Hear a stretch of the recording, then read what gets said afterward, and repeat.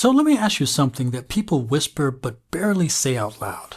Is Black culture self-destructive or self-expressive? Because depending on who you ask, you'll get two very different answers. Some people look at rap lyrics, fashion trends, street energy, social media behavior and say, see, that's the problem right there. But then I always stop and ask, compared to what? Every culture on earth expresses itself through exaggeration, through rebellion, through rhythm, through style, through coded language. Country music talks about drinking and heartbreak. Rock music talked about drugs for decades. Wall Street celebrates ruthless ambition. Hollywood glorifies chaos and dysfunction for profit. But when Black culture expresses pain, flexes confidence, or amplifies survival tactics, suddenly it becomes pathology. So what are we really looking at? Because here's the truth. Black culture was born inside constraint. It was forged inside systems that tried to erase language, history, ownership,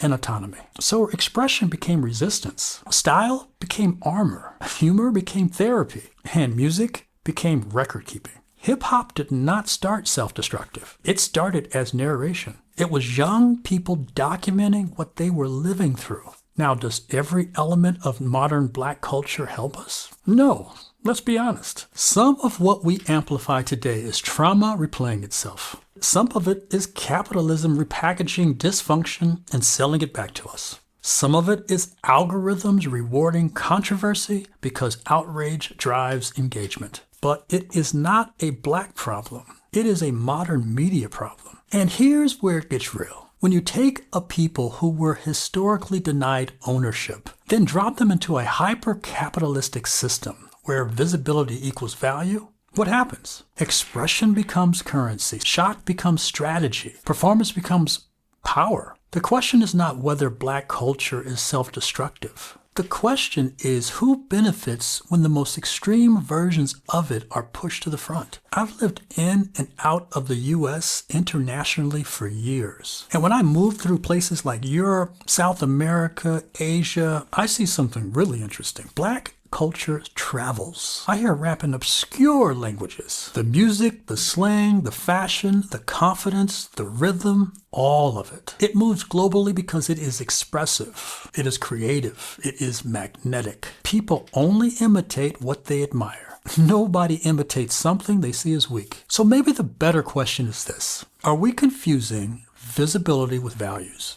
Because the loudest parts of any culture are not always the deepest parts. Black culture is also entrepreneurship, spiritual resilience, community networks, family codes, innovation in style, language, and technology.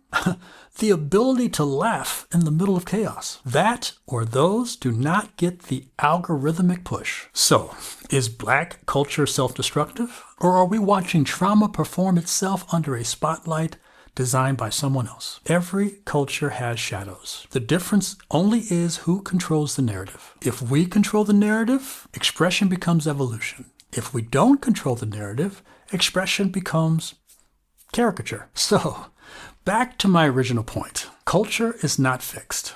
It reflects what we normalize. And what we normalize in private becomes what we project in public. So the real question is not whether Black culture is broken. The real question is, what are we choosing to amplify? Because what we rehearse over and over again becomes identity.